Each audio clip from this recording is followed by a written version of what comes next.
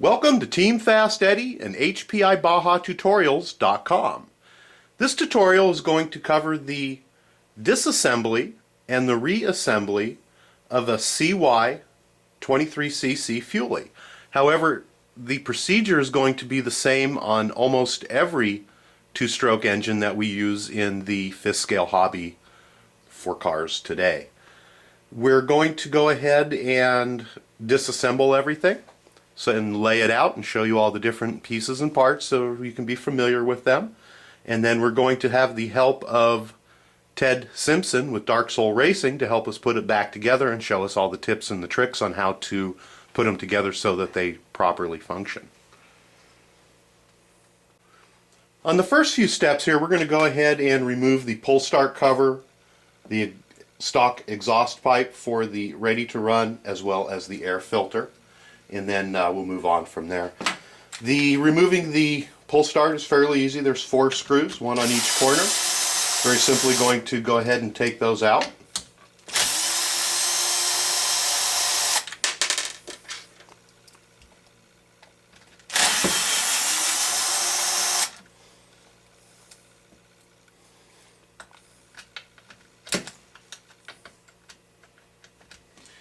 Go ahead and put your thumb on to hold the cover, and ooh, got a tough one here. There we go.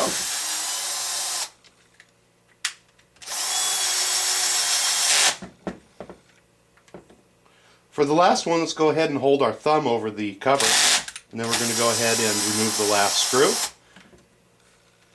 And the cover itself at this point should go ahead and just come right off. You're going to want to go ahead and inspect the cover and make sure that it is still working properly inside. You're going to use a little bit of dry lubricant on the inside here to make sure that it keeps functioning and works properly for a long time.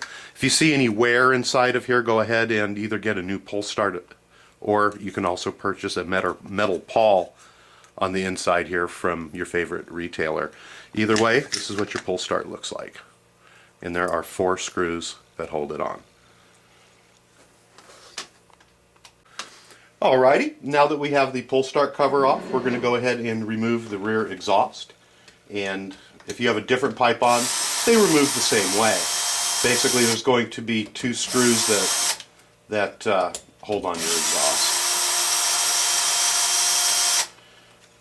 Go ahead and remove those, and a lot of times you'll have to use a little bit of force to crack the pipe off because a lot of times they do seal on. And again, this is the stock exhaust pipe and the 2 screws. If you're using an aftermarket pipe or a tuned pipe, the screws are going to be much shorter.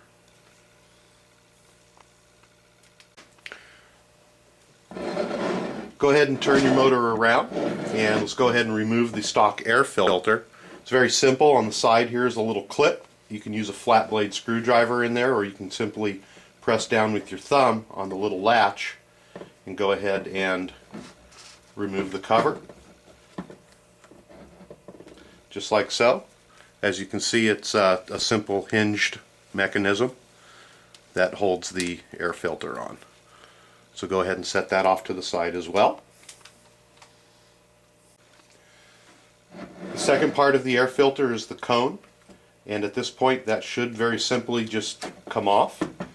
You're going to want to inspect the rubber gasket that goes around the inside. Make sure that it's not damaged. If it is damaged, pinched, or cut, you're going to want to go ahead and replace that.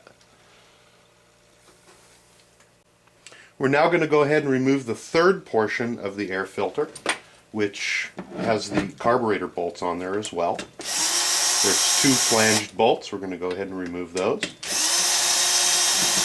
Make sure you hold on to everything with your thumb, as you can see me doing here. Don't want your carburetor to completely fall off.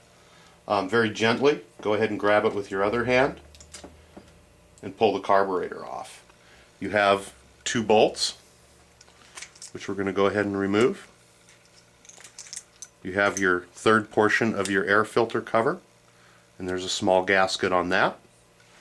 Going to set those aside, and we're going to turn the carburetor around, and I've been holding on there the gasket with my thumb. Sometimes the gasket can be sticky on there. Go ahead and remove that. Anytime that you do remove a gasket, you're going to want to replace it with a new one just out of good practice so you don't get any air leaks. Go ahead and find a Ziploc baggie, and we're going to go ahead and seal this up airtight. We are working in an environment here where there might be a lot of dust and dirt, so we're going to go ahead and put that into a Ziploc baggie just to keep any debris out of it. And we're going to seal it up just like so and set it to the side. Now let's go ahead and remove the isolator block, or some call it an intake manifold. And sometimes the bolts on these can be a little bit stiff. Sometimes you can take them off with your electric wrench. Sometimes you'll need to use a manual wrench. So it looks like we're half in luck here. So we're going to go ahead and grab our manual wrench and put it in there. And go ahead and finish taking this one out.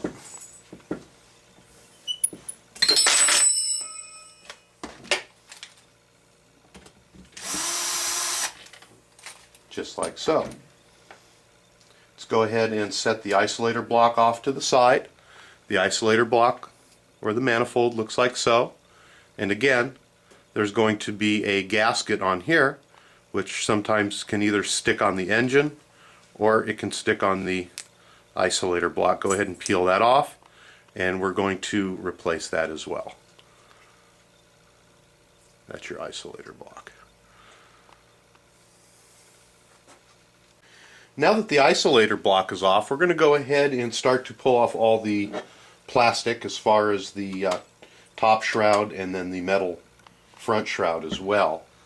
To do that, we're going to need a Phillips head screwdriver on these units. They do come stock with Phillips head screws. We're going to go ahead and start off with the top two screws on the shroud. We'll remove those.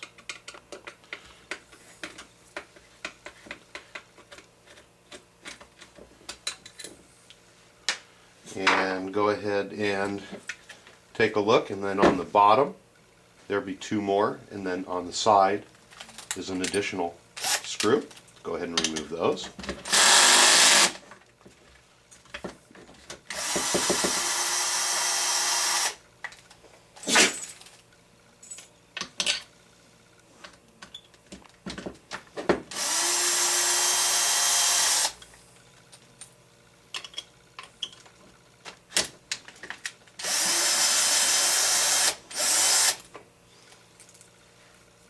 Set the screws aside, and the shroud is going to go ahead and should come right off. You're going to want to go ahead and take a look at the shroud, clean it up if there's any grass or dirt inside, and also inspect it on all the mounting points all the way around for cracks. If there are any cracks on there, we do suggest that you go ahead and order in a new shroud and replace it. Take a look at this point. We should be able to remove the spark plug wire, and the little grommet holds it onto the top of the shroud. Go ahead and just pull that aside, and your top plastic piece should come off. And again, clean it up and inspect it at this time.